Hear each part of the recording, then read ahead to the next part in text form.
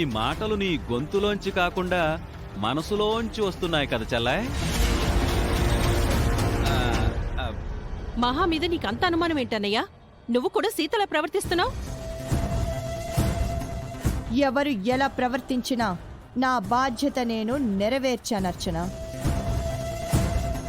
చూసావా సీత, మా పిన్ అంటే ఏంటో నీకిప్పుడైనా అర్థమైందా? నువ్వు ఎన్ని తప్పులు చేసినా పిన్ని పెద్ద మనసుతో ఆలోచించి నిన్ను బయటికి తీసుకొచ్చింది. మీ పిన్ని ఏం చేసినా ఏదో కారణం ఉండే ఉంటుంది మామ. ఇప్పుడు నన్ను ఎందుకు విడిపించిందో నాకైతే అర్థం కావడం లేదు. మా పిన్ని గొప్పతనం నువ్వు ఎప్పటికీ అర్థం చేసుకోలేవు. నీ గురించి మీ అమ్మా నాన్నలు కూడా ఆలోచించలేదు. నీకు అదైనా అర్థమవుతుందా? లేదు మామ, నాకు అర్థమైనప్పుడు నీకంతా వివరంగా చెప్తాను.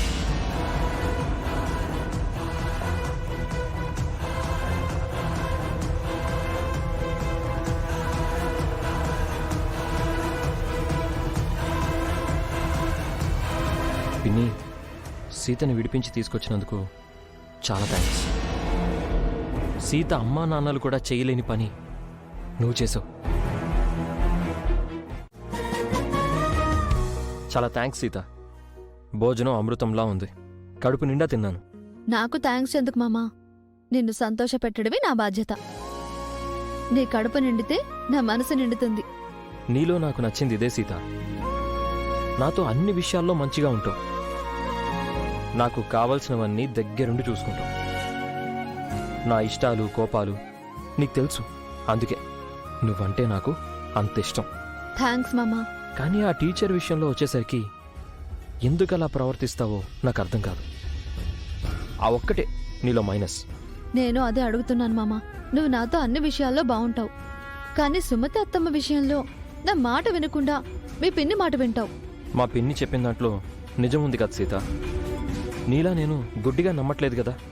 ఆ నమ్మకం ఉందనుకోవడం వల్లే మనకి తేడాలొస్తున్నాయి మామా. ఒక్కసారి నన్ను నమ్మి చూడు. నేను చెప్పే మాటలు నా మనసుతో ఆలోచించు. నీ మీద నాకు నమ్మకం ఉంది సీత. అలాగే మా పిన్ని మీద గౌరవం ఉంది. మన సంతోషాన్ని కోరుకునే పిన్నిని నువ్వు గౌరవించకపోయినా ఎదిరించొద్దనేది నా బాధ. సారీ మామా, సుమతి అత్తమ్మ విషయంలో నేను రాజీ పడను. అంటే నా మాట వినవా? నువ్వు అరెస్ట్ అయినప్పుడు నేనెంత బాధపడ్డానో తెలుసా? సుమతి అత్తమ్మ అరెస్ట్ అయినందుకు నేను కూడా అంతే ఫీల్ అవుతున్నాను మామా. ఇదే నీతో వచ్చిన తంట. నేను మన గురించి మాట్లాడుతుంటే నువ్వు ఇంకెవరి గురించో చెప్తున్నావు. ఇంకెవరి గురించో కాదు మామా, నీకు జన్మనిచ్చిన కన్ను తల్లి గురించి, నా మేనత్త గురించి మాట్లాడుతున్నాను. ఇంతటితో ఆ టాపిక్ వదిలి పదే పదే ఆవిడ టాపిక్ నా దగ్గర తీసుకురావద్దు. మన మధ్య ఆవిడ వద్దు సీత.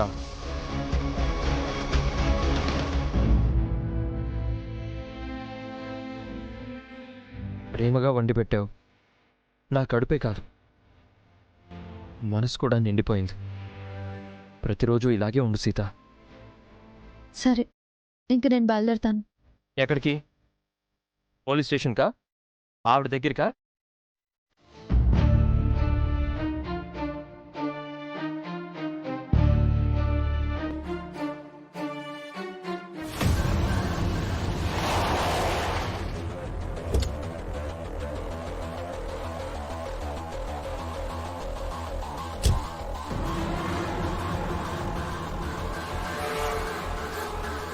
నన్నెందుకు రమ్మన్నారు?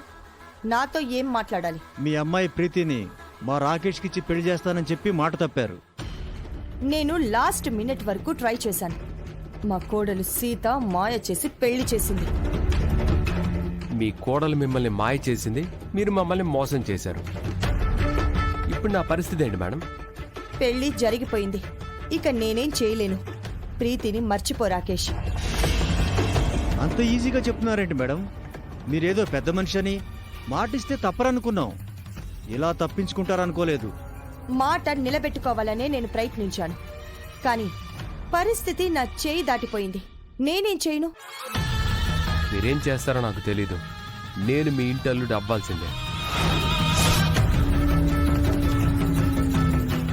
ప్రీతి పెళ్లి జరిగిపోయింది రాకేష్. ఎలా మా ఇంటి అల్లుడు అవుతావు? మీ ఇంట్లో ప్రీతి ఒక్కతే లేదు కదా మేడం, మీ తోటికోడల కూతురు ఉషా ఉందిగా. ఉంటే ఆ ఉషా నాకు ఇచ్చి పెళ్లి చేయండి, అప్పుడు నేను ఇంటి అల్లుడిని అవుతాను కదా. ఉషతో పెళ్లి చేయాలా? మీ ఇంటి ఆడపిల్ల ఎవరైనా మాకు ఓకే, మీతో సంబంధం కలుపుకోవడమే మాకు ముఖ్యం. కుదరదు.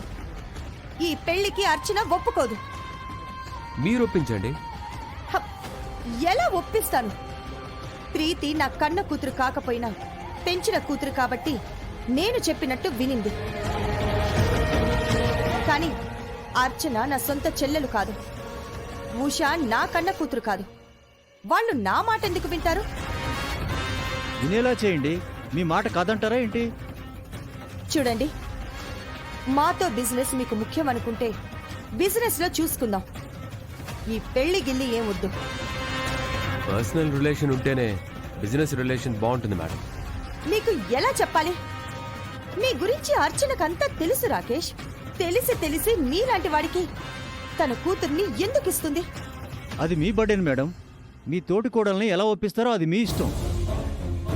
తన కూతురు మా కోడలు కావాల్సిందే. లేదంటే మీ గురించి మీ ఇంట్లో అందరికీ చెప్పేస్తాం. మీరు ఎలాంటి వారో బయట పెడతాం. ఏంటి బెదిరిస్తున్నారా?